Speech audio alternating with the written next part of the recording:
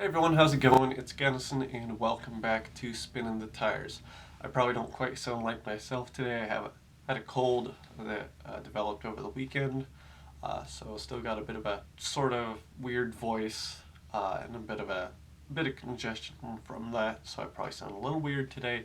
But yeah, let's talk about this last weekend's race at Watkins Glen. Now, quick note, PSA, I wasn't able to get out an episode last week like I had planned. The audio got messed up on that episode, so it didn't work out. So this is the first regular episode since we started our break then. Now there are a couple things to go over first before we review the race. Big news pieces that happened before this weekend during the break. So let's get into those real quick. The first one was that NASCAR is looking at moving the door numbers for the next gen car, but not backwards, but forwards. Last year in the All-Star race, NASCAR ran the numbers back towards the rear wheel in an attempt to get sponsors, more exposure. It was an experiment of sorts for the next gen car, and fans didn't like it. So now NASCAR is exploring the possibility of sliding the numbers forward instead. And honestly, I like the way it looks. I've seen a lot of good concepts of it, and a lot of people make it look really good, and even a lot of people make it look not too different from how it is now. I really like it. So, yeah, that's pretty awesome. I actually think it's going to look really good on the next gen car, though I do love the numbers on the doors, but gotta change it up sometimes. Now, the other big thing that happened in the past few weeks was Trackhouse Racing chose their second driver. Ross Chastain, sort of as I wanted it to be, he was chosen as the second driver for Trackhouse Racing next year, driving the number 1 Chevrolet for them. That is a great move, I think. Again, I think he's a much better long-term play than someone like Kurt Busch would be. He will have his struggles at first, of course, but I think he and Daniel Suarez are going to make an excellent team. And speaking of team, that whole Trackhouse Racing team, I think they're already getting miles ahead of their direct, competitor 2311 Racing. They already have more top 10s this year. But where I see the biggest strength is Trackhouse is diversifying its assets. It's really spreading out, moving out across the racing world, and namely into dirt racing. They ran a dirt car over the break. Trans Am racing. They ran a Trans Am race in Nashville this past weekend, accompanying the Nashville Grand Prix IndyCar race, which also was very good. A guy nearly flipped the car on lap 4 and managed to win the race. It was crazy. But then Trackhouse is also, speaking of IndyCar, looking at running the Indianapolis 500 next year, which would be a big move. I'm not sure who the driver would be yet, but maybe they'd get someone that hasn't been in IndyCar for a while, an old legend, or maybe even that's where Jimmy Johnson wants to do his ride for the Indy 500 next year, because he's expressed interest in running that race. Maybe someone from NASCAR who wants to try open wheel racing will run that car in Trackhouse's entry for the Indianapolis 500.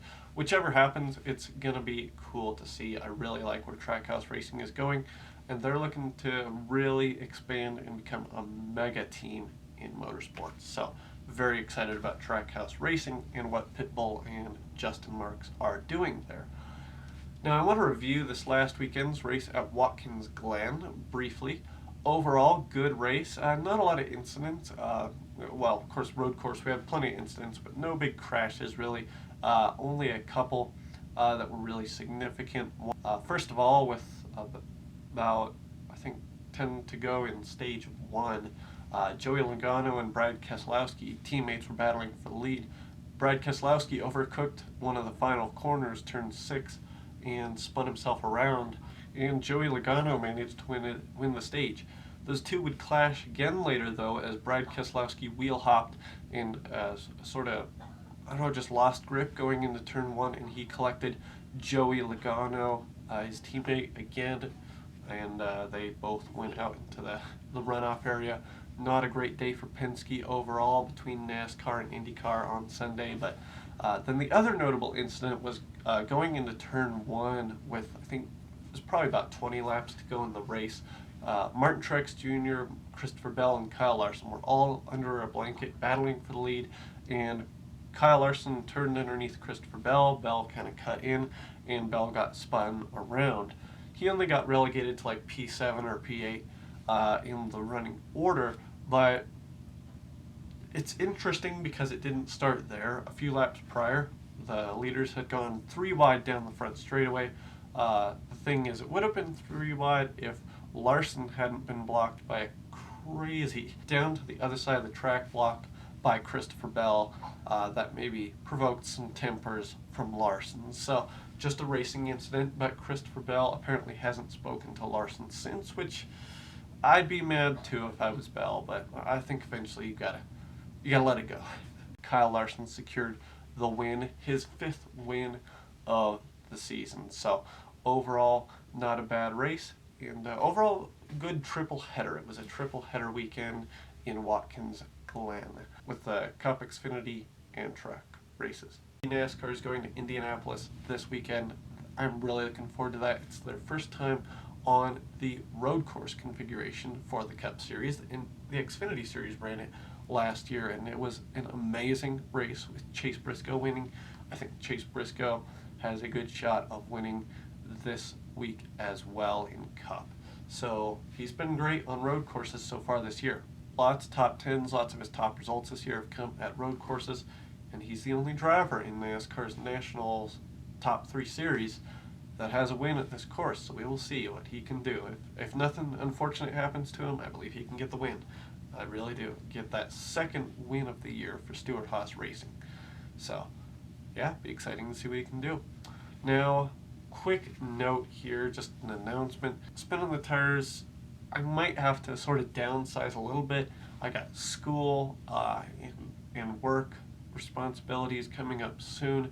It's going to be a busy schedule. I'm only going to have a couple hours each week to allow for YouTube filming and editing. So I'm probably going to have to go shorten maybe 5 to 8 minute videos with a little headline section of what's going on with news and then a review section. So I can't dive into too much other stuff. I won't be able to cover IndyCar or F1 on the side quite as much.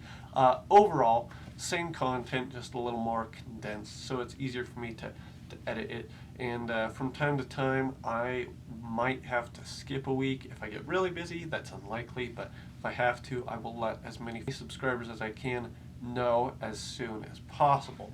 So yeah, but that's the plan from now on, a little bit more condensed episodes. Until the next episode, enjoy your weekend and that Indianapolis road course race, and I will see you next time here on Spinnin the Tires. Don't forget to hit that like and subscribe button.